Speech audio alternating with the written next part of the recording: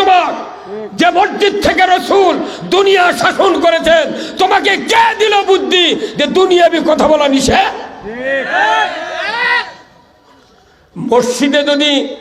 মসজিদ থেকে যদি সুদ বন্ধ করা হতো, বক্তৃতার মাধ্যমে সারা বাংলাদেশে 5,11,999 জন ইমাম বাড়ির থাকলো, আর ঢাকার ইমাম পলে গেল। এই বদমাইশ তেলবাজি করেছে। ওই ইমামের পেছনে সচিব, ডিসি, এসপি, ডিএমপি, কমিশনার, মন্ত্রী, এমপি, বড় বড় ভিআইপি লোক নামাজ। এই আপনি ডিস্টার্ব করেন, মানে আপনি অনেক লেট হলে তো ফাজলামি তামান দিন ওটা এর ফাজলামি করবে, কোরআন ইয়ের কি করবেন আসেনি এটি। এই কয়জন লোক কোরআন বুঝেছে, চ্যানেল বলে বৃত্তি পায় চলে যাবো। কে সবাই আসবি না আসবি দেখার টাইম নাই।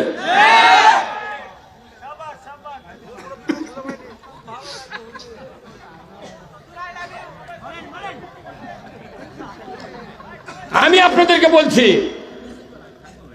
রাসূল 10 বছর কোরআন দিয়া মদিনার মিম্বর থেকে, মসজিদে নববীর মিম্বর থেকে পৃথিবীর জমিন শাসন করেছেন। এই কথা কেউ মিথ্যা বলতে পারবে? হুজুর কেউ পারবে? তাহলে রাসূল যদি মদিনার মিম্বর থেকে কোরআন দিয়া 12.5 লক্ষ শাসন করে পারেন, আপনি কোন সৈমুদ্দিন ইমাম? আপনার দুম্মাদ একটা আইনের কথা কন না, বাটাম ফাটাবি আপনার। আল্লাহ রসুলের আদর্শ যদি আমরা মানতাম, আমাদের মসজিদেও ওই রকম সোয়াব আল্লাহ দিত। তাছাড়া রাজশাহী কৃষি উন্নয়ন ব্যাংক আছে, সরকারি ব্যাংক, হেড অফিস। কাহালুতেও কৃষি উন্নয়ন ব্যাংক আছে।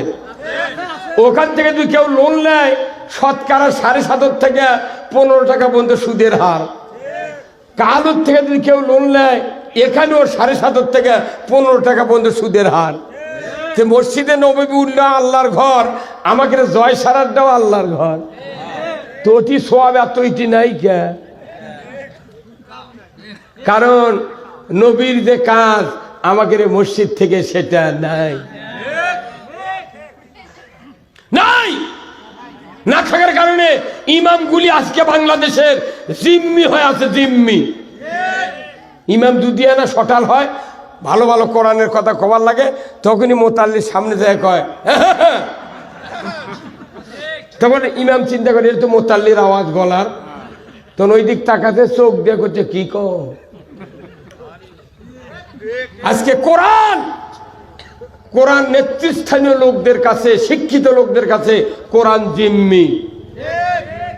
পিএইচডি, এফসিপিএস, ডক্টরেট, বড় বড় প্রভাষক, বড় বড় অফিসারও চাকরি দিয়েছে, হাই পাওয়ারের লেখাপড়া শিখে তারা যা শাসনের জায়গায় বসে আছে, বসে থেকে ওরাই মৌলবি করে ধরে ধরে জেলত তুলিচ্ছে। তুমি পিএইচডি, তুমি ডক্টরেট, তুমি এফসিপিএস পাস করে তুমি বিসিএস ক্যাডার দা এসপিওসি হচ্ছ, তুমি জানো না কোরআনত কি আছে? আকিমুদ্দিন ওয়ালা তাতাবাররাকু ফিহি, ইসলাম দিন আল্লাহর দেওয়া জীবন ব্যবস্থা কায়েম করো, এ ব্যাপারে মতপার্থক্য করিও না। যারা কোরআন বিজয় করতে চায়, কোন সাহসে তোমরা গ্রেফতার করে জেলখানায় দাও? কত তহমত। কয় অমুক জায়গা জামাত বিএনপির 10 জন লোক গোপনে নাশকতার পরিকল্পনা করছিল, ককটেল বানানোর সরঞ্জামাদি সহ আমরা গোপন তথ্যের ভিত্তিতে জিহাদি বৈসহ গ্রেপ্তার করতে সক্ষম হয়েছি। হুন্ডা চুরি হয়, গরু চুরি হয়, এগুলার তথ্য পায় না। জামাত বিএনপি বসলেই তথ্য, এতই তথ্য তোমাদের কাছে। এই কথা বল না আপনি কোন গ্রুপ? এখন তো এটি যতগুলো লোক আছেন, আরো লোক হওয়া উচিত ছিল, যেহেতু প্রপারে কি জন্য আসেনি আমি এখন এগুলো মানুষের মনের মধ্যে ঢোকমু। কথাগান কি যেন ত্রুটি হওয়ার কারণে এটি আসেনি মানুষ। কিন্তু প্রপারে সভা হবে, কমপক্ষে 15,000 মানুষ হওয়া লাগবে। কথাগান এই যে মিডিয়াগুলো আছে, মিডিয়াগুলো স্পেনে ২৫০০ লোক বসে থেকে আমার বক্তৃতা প্রতিদিন রাত্রে শোনে, ২৫০০ মানুষ। স্পেন ৭০০ বছর পর যেখানে মসজিদের তালা খুলে দিয়েছে আল্লাহ এই করোনা দিয়ে, সেই ভূমধ্য সাগরের তীরে ২৫০০ লোক প্রতিদিন বসে আমার লাইভ শোনে।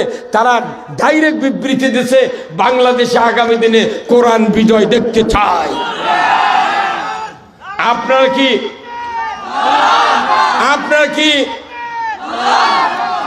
কি রসুলের নেতৃত্ব মেনে নিতে চান? কারা কারা দুহাত তুলে আল্লাহকে দেখান। নারায়ে তাকবীর, নারায়ে তাকবীর। আল কোরআনের আলো, আল কোরআনের আলো। এই ঘরে ঘরে কে কয়রা? তাহলে এটি তো দুই গ্রুপ। ইমানদার সব মুমিন গ্রুপ এক কথা হতে হবে, কথা ঠিক কিনা? আমি বললাম কোরআন দিয়া রাসূলুল্লাহ 10 বছর পৃথিবীর 12.5 লক্ষ বর্গমাইল শাসন করেছেন। উমর ফারুক অর্ধেকটা পৃথিবী শাসন করেছেন। তাহলে বোঝা যায় কোরআন সংসদের কিতাব। তা আপনি কোরআন ঘরত গেলে কি করবেন? এই বাংলাদেশে ৬৮,০০০ গ্রাম, ৫,১২,০০০ মসজিদ, ২০,০০০ পীর, ৩ কোটি জাকের, 2 কোটি 4 লাখ তবলিগের লোক, 1 লক্ষ বক্তা আর 10 কোটি শ্রোতা। প্রত্যেকটা মানুষের বাড়ি ২৫,১১,৯৭৪ জন হাজিয়ার হাজার নিয়ে আছে। মাদ্রাসা আছে ৯০,০০০, ৮,২০,০০০ শিক্ষক। হাটহাজারি চট্টগ্রাম ৭২,০০০ কপি কোরআন আছে। লালবাগে ৩৫,০০০ কপি, বগুড়াতে জামিল মাদ্রাসায় ২২,০০০ কপি। সারা বাংলাদেশে কয়েক হাজার কোটি কোরআন আছে, কিন্তু তারপরে বাংলাদেশে শান্তি। একটা কোরআন সংসদে দেওয়া লাগবে, গোটা বাংলাদেশ জান্নাত। তা আপনি ঘরত গেলে বুড়ো বাপ মরিছে, দাদা মরিছে, বাপ মারে গেছে, আবার লাস্টিক মারবে চাচ্ছেন? কোরআন কোথায় নিয়ে যাওয়া লাগবে? কি বলতে পারবেন জোরে? আল কোরআনের আলো, কোরআন হাদিস যেখানে, দুনিয়ার মুসলিম, বাংলার মুসলিম, বগুড়ার মুসলিম, কাহালুর মুসলিম, জয়সারার মুসলিম, লিল্লাহে তাকবীর। এতক্ষণকে বোঝা গেল এটি মানুষ আছে কি? ইমানদার একত্র হলি ওটি শক্তি পয়দা হওয়া লাগবে। আর এই শক্তির মধ্যে আগে তদবির ছাড়া ইমানদারের শক্তি কোনোদিন প্রকাশ হবে না। কারণ কোরআন শরীফে আল্লাহ সূরা মুদ্দাসসিরে বলছেন, ও রব্বাকা ফাকাব্বির, রবের বরত্ব প্রকাশ করো। ধরে কোন আল্লাহু আকবার। আল্লাহ তাআলার রাসূল বলছেন, আহাব্বুল কালামে ইলাল্লাহি আরবা, 4টি কথা আল্লাহর কাছে সবচেয়ে প্রিয়। তারই 1 নম্বর হলো কি গন্ত? সুবহানাল্লাহ। 2 নম্বর হলো আলহামদুলিল্লাহ। 3 নম্বর হলো লা ইলাহা ইল্লাল্লাহ। 4 নম্বর হলো আল্লাহু আকবার। আল্লাহর কাছে এই 4 কথা ভালো। কিন্তু লিল্লাহ তাকবীর দিলে কেউ কেউ মনে মনে কয় ওটা দলীয় স্লোগান। তাহলে নবী কেশক করলো যে দলীয় স্লোগান যদি হয়, প্রত্যেক ইমানদারের ঘরে যত সন্তান জন্মে সাথে সাথে সন্তান ডেলিভারি পরেই সন্তান কলত নিয়ে ওর কানত দেওয়া লাগবি, ডান কানে আজান, বাম কানে হলো একামত। তাহলে এটা যদি দলীয় স্লোগান হয়, নবী সবার কানত আজান দেবের কলো গা। সেই জন্য আল্লাহর মর্জি মানুষের দেখা অন্তর খারাপ, ওই জন্য মোটটা সোল ক্লিনিকও ধরছে, যত পেট কেটে বার করছে, কারু কানত আজানও দেয় না, আকামতও দেয় না। এখন যারা আমরা আগে হচ্ছি বাড়ির, আমাকে কানত ছাড়া কেউ আজান দিচ্ছে না। মোরদা হাসপাতালে দিলে কি ইহুদিকে কি চক করো, এনা ব্যাত না উঠলি কয় আমি বাঁচবো না, আমি বাঁচবো না। আপনাকে 1.5 লাখ টাকা আমার বাপ বিয়ে দিয়েছে, আপনার সাথে আমার টাকার মায়া করিচ্ছেন, আমি মরে গেলে কি হবে? কথা কন। আল্লাহর নবী আমাদের আদি পিতা হযরত আদম আলাইহিস সালাম, মা বোনেরা শুনবেন, আদম আলাইহিস সালাম এবং হাওয়া আলাইহিস সালাম এই 2 জন নিয়ে পৃথিবীর পরিবার গঠিত হয়। কয়জন নিয়ে? 2 জন নিয়ে। আদম আলাইহিস সালামের স্ত্রী আমাদের মা হাওয়া আলাইহিস সালাম, উনি 120 বার গর্ভবতী হচ্ছেন, 120 বার প্রসব করেছেন, 119 বার দুটো করে সন্তান হচ্ছে। তাও তখন কি ডাক্তার আসলে এমবিবিএস? সিজার করলো কে? সিজার হচ্ছিল, নর্মালি ডেলিভারি করেছেন। এই সুযোগ দিয়েছেন কে? শেষবারে 19-20 বারে হচ্ছে একজন, তার নাম হলো শীস আলাইহিস সালাম। হযরত শীস আলাইহিস সালাম সর্বশেষে জন্মেছেন মা হাওয়া আলাইহিস সালামের পেট থেকে। শীস আলাইহিস সালামের গায়ে 9-10 ইঞ্চি করে পশম ছিল, অনেক উঁচু। বাপ হলো 60 হাত লম্বা, সিত্তুনা জিরান। তাহলে বেটা কতখানি? ওই সময় আল্লাহর রসুল আদি পিতা আদম আলাইহিস সালাম উনি 1000 বছর হায়াত পেয়েছিলেন। উনি যেদিন দুনিয়ার থেকে বিদায় হয়েছেন সেই দিন 40,000 আত্মীয় স্বজন ছিল। কত হাজার? আর এখন এই সিজার ঢুকে দেয়া, মুসলমানের পরিবারের সিজার ঢুকে দেয়া, দুটা হলেই তখন ডাক্তার কয়ে দেয় আপনি যেন আর সন্তান নেন না, মরে যাবেন কোনো। ওই এলে ইহুদির বুদ্ধি যে মুসলমানের যদি সন্তান নর্মালে হয় তাহলে 10-12টা সন্তান হবি, ওর কোনো ক্ষতি হবে না। আর 1-2 সিজার করে ওই মহিলার 75% শরীরের একে ধ্বংস করে করতে তুই দেন আর সন্তান লিস না। তার মানে তুই যদি বেটা হয় তাহলে 1 বেটি হয়, তাহলে তো বাঁচলু। আর যদি দুধেই বিটি হয় তোর তার শরীর আর বুদ্ধি নাই, 2 বিটি 2খান থেকে বিয়ে দেবো, তুই মরবি, তোর বউ মরবি, ঘুঘু উঠবি। হ্যাঁ কথা কোন না, কয়টা হাতে চল বল।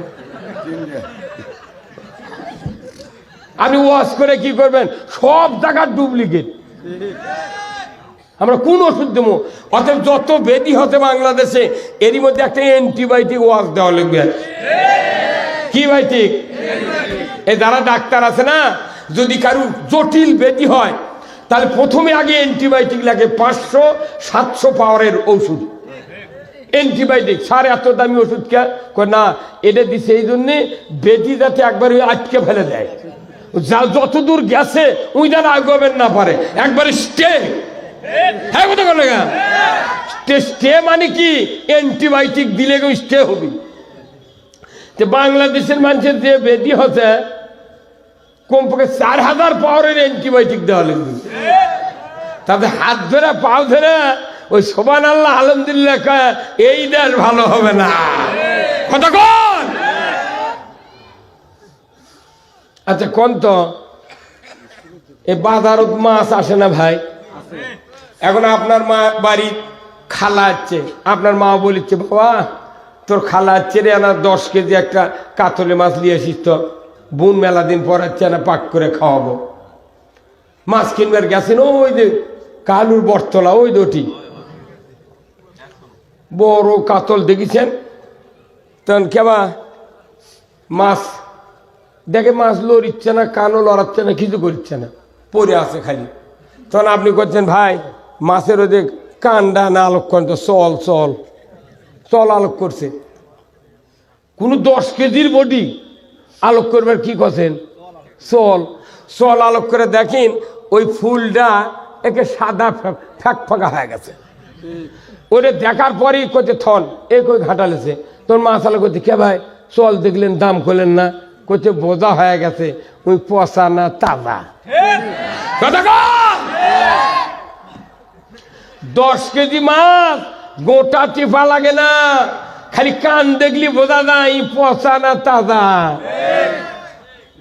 আল্লাহ কিয়ামতের দিন মানুষগুলা দুনিয়াতে আল্লাহ বুঝা পারিচ্ছে কার অন্তরত কি আছে। গোটা বডি টুপি দাড়ি দুব্বা দেখে আল্লাহ পরীক্ষা করে না, আল্লাহ দেখে এর অন্তর কোন পক্ষে। মাথা খারাপ লাগান, মাথার টুপি জুব্বা হাজি গামছা মানে জিব্রাইল খালু যাচ্ছে, কিন্তু অন্তর ইসলামের বিরোধিতা। হ্যাঁ কথা বল, এই বিরোধিতা কি আল্লাহ জানে না? তুই মাছের চল দেখে সাদা দেখে তুই লিলু না, আল্লাহ কথা তোর অন্তর দেখে আমি তোকে নেবো না। কথা কন। তাহলে এই জন্যে এতগুলা কথা আমি বললাম যে এই কথাগুলা রসুলের নেতৃত্ব আল্লাহর আনুগত্য যদি কেউ করে ওই মানুষ জান্নাতে যাবে, নচেৎ জান্নাতে যাওয়ার কোনো প্রক্রিয়া পৃথিবীর জমিনে নাই। আসুন জয়সারা গ্রামবাসীর উদ্যোগে আজকের এই তাফসিরুল কোরআন মাহফিলের সম্মানিত সভাপতি সাহেব জনাব মোহাম্মদ সেকেন্দার আলী, মুয়াজ্জিম জয়সারা জামে মসজিদ ও শিক্ষক জয়সারা কসিমউদ্দিন নুরানি হাফেজিয়া কওমি মাদ্রাসা, আল্লাহ ভাইজানকে দ্বীনের জন্য কবুল করুক, বলুন আমিন। সহ সভাপতি জনাব মোহাম্মদ গোলাম আজাদ মন্ডল, বিশিষ্ট সমাজসেবক জয়সারা কাহালু বগুড়া, আল্লাহ ওনাকে দ্বীনের জন্য কবুল করুক, বলুন আমিন। সহসভাপতি আছেন? বাহ, মারহাবা। সহসভাপতি পাশে তুলে হয়। আজকের মাহফিলের সম্মানিত বিশেষ মেহমান বৃন্দ হাফেজ মাওলানা মোহাম্মদ আব্দুল হান্নান, খতিব জয়সারা জামে মসজিদ ও প্রতিষ্ঠাতা পরিচালক খাদিমুল ইসলাম কওমি মাদ্রাসা কাহালু বগুড়া, আল্লাহ ভাইজানকে হায়াকুমুল্লাহ দান করুক, বলুন আমিন। হাফেজ মাওলানা মোহাম্মদ রাশিদুল ইসলাম, পেশ ইমাম জয়সারা জামে মসজিদ কাহালু বগুড়া, আল্লাহ রাশিদুল ভাইকে দ্বীনের জন্য জবানকে খুলে দিক, বলুন আমিন।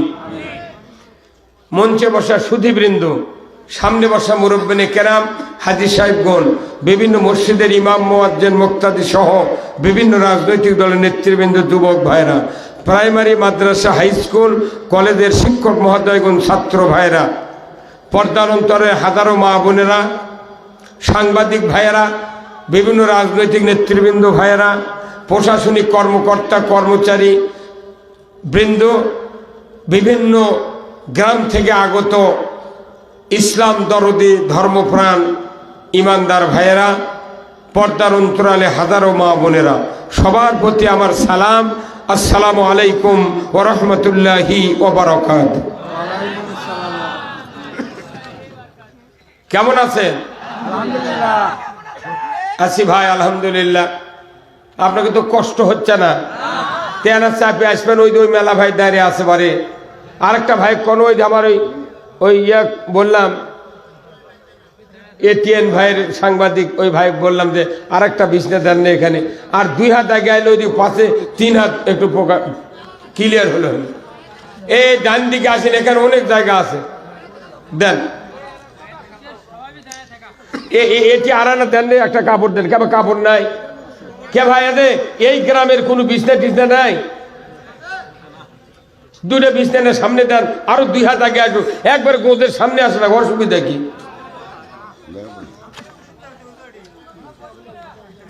যত নিকটে আসবেন তত বক্তৃতার তাসির হবে। ঠিকই এত দাঁড়িয়ে থাকলে দেখতে ভাল লাগে, তাই কোন তো না, ওনারা সিকিউরিটি গার্ড, ওনাদের স্বভাব বেশি হবে। আমার ভাইরা, অ্যান্টিবায়োটিক ছাড়া যেরকম ব্যাধি স্টে হয় না, বাংলাদেশে অ্যান্টিবায়োটিক দেওয়া লাগবে। কি করছেন কোন? আচ্ছা কোন তো, ইন্না দীনা ইনদাল্লাহিল ইসলাম, আল্লাহ বলেছেন নিশ্চয় আমি আল্লাহ, আমার কাছে ইসলাম নামক জীবন ব্যবস্থা সবচেয়ে প্রিয়। আমি তোমাদের জন্য এটা প্রিয় মনে করে তোমাদেরকে বললাম তোমরা ইসলাম মানো। আল্লাহর কাছে যে জীবন ব্যবস্থা প্রিয়, বাংলাদেশের ইমানদারের কাছে এখনো প্রিয় হয়নি।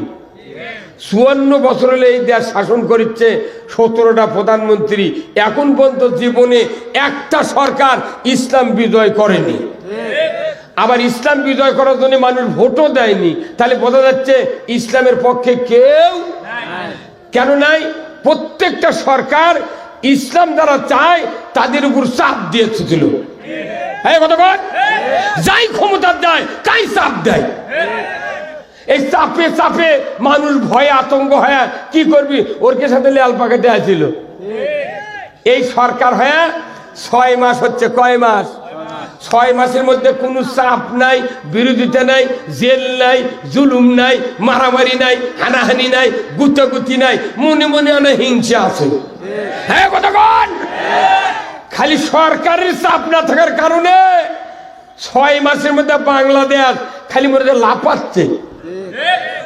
যদি 5 বছর খালি ইনকা ফ্রি থাকে, হ্যাঁ কতক্ষণ দেখা, তাহলে বোঝা যায় সরকারের চাপে বাংলাদেশে ইসলাম দাবিয়া থাকে। কতক্ষণ দেখা, এই যে কারেন্টের তারের নিচ দেয়া 11,000 ভোল্টেজের তারের নিচ দেয়া ইউক্যালিপটাসে গাছ লাগান নাই, ওই বাড়িওয়ালা জানে না যে মিন্দে কারেন্টের লাইন হবি, হুট করে মাপ দেও মিন্দে চলে গেছে, গরিব মানুষের খোলার উপর দিয়ে গেছে, ওই গাছ লেগেছে। খালি জুন মাস পড়তি হাঁসলি আসে। কথা কনা রে, পল্লী বিদ্যুতের লোকেরা হাঁসলি আছে, তারের নিচে থেকে কাটিয়া দিতে দিতে খালি গোঁদের লাগান হয়ে আছে, মাথার কিছু নেই। হ্যাঁ কথা কন, এই দীর্ঘদিন হলে ইসলাম বিজয়ের পক্ষের লোকদেরকে মাথা কাটিয়া কেটে খালি গোঁজ খাড়া করে থুছিল, কিন্তু গোঁজ খাড়া করে থুয়ে এখন এসে যখনই মাথা কাটার চাপ চলে গেছে, এখন ফেনা বাড়াছে। এই ফেনা আর কাটার যাতে কেউ সাহস না পায়, এই জন্য আমাদেরকে কাজ করতে হবে। রাজি আছেন? কারা কারা আল্লাহকে দুহাত তুলে দেখান, লিল্লাহে তাকবীর, নারায়ে তাকবীর, নামান হাত। আসুন, এখন আল্লাহ তাআলা কোরআনে বলছেন কি, কুল হাবিতু মিনহা জামিআ ফাইম্মা ইয়াতিয়ান্নাকুম মিন্নি হুদান ফামান তাবিয়া হুদায়া ফালা খাউফুন আলাইহিম ওয়ালা হুম ইয়াহজানুন।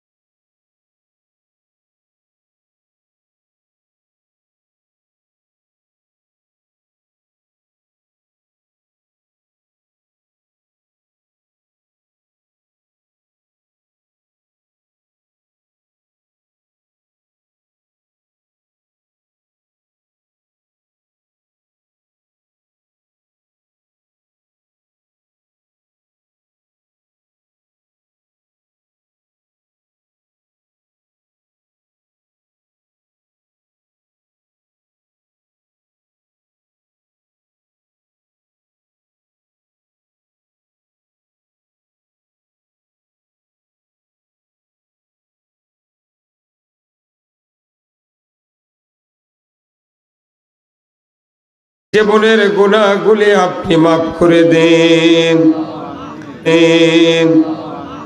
আয় আল্লাহ তাআলা, এই মাহফিলের যারা আয়োজন করেছেন, আমরা যারা কোরআন শোনার জন্য এসেছি, আমাদের ভেতরে যারা দরদের বাপ মাকে হারিয়েছে, কবরগুলিকে জান্নাতের বাগান বানায়া দেন রব্বুল আলামিন। এই জয়সারা সহ চতুর্দিক থেকে যতগুলি গ্রামের মানুষ কোরআনের মহব্বতে মাহফিলে হাজির হয়েছেন, সেই গ্রামের মাটির নিচে যত মুমিন মুমিনাত চিরবিদায় নিয়ে শুয়ে আছেন, আল্লাহ সকলের কবরগুলিকে জান্নাতের বাগান বানায়া দেন রব্বুল আলামিন। 18 কোটি ইমানদারের দেশ বাংলাদেশ, এই দেশটাকে আপনি কোরআনের জন্য কবুল করে নিন। পুরা হাদিস কোরআন পড়লে বোঝা যায় দুটা বিষয় সবচেয়ে গুরুত্বপূর্ণ। কয়টা? দুটা।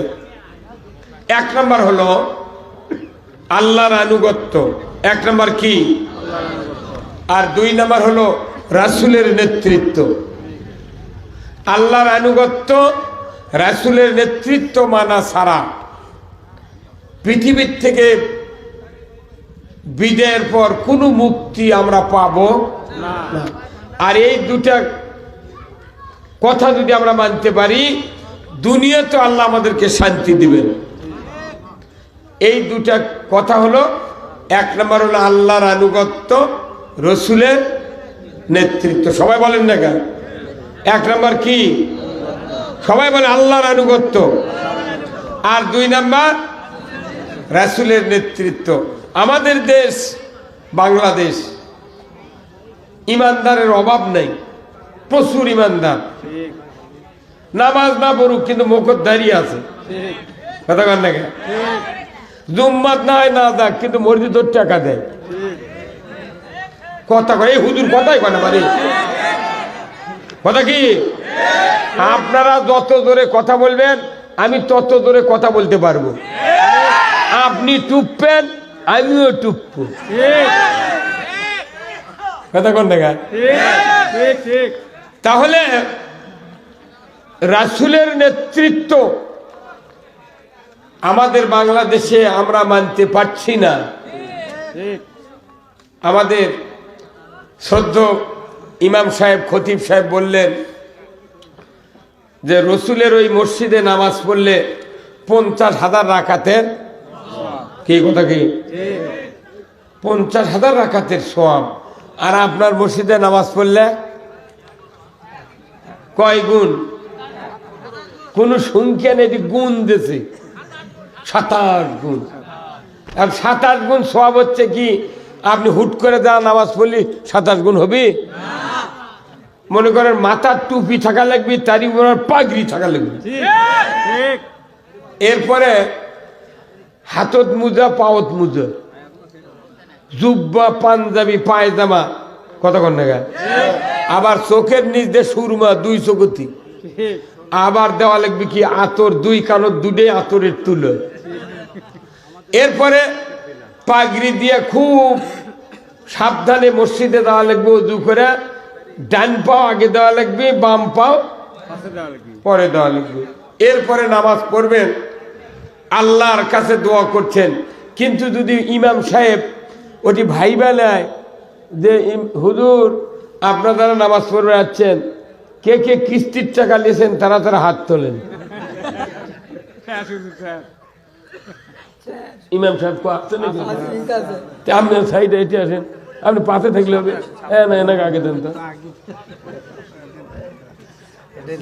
আপনি ওই চেয়ারে বসেন, এনাকে ওই চেয়ারে না দেখলে তো আমি বুঝতে পারছি না। বসেন বসেন বসেন, কথা বোঝেন। বাংলাদেশের 5,12,000 মসজিদ আছে, ঢাকার থেকে শুরু করে।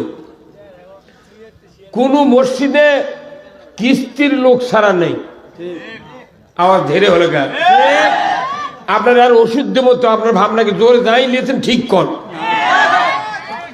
তারপরে সিসি লোন করা সুদী ব্যাংক থেকে সিসি লোন করার পার্টি আছে না নাই?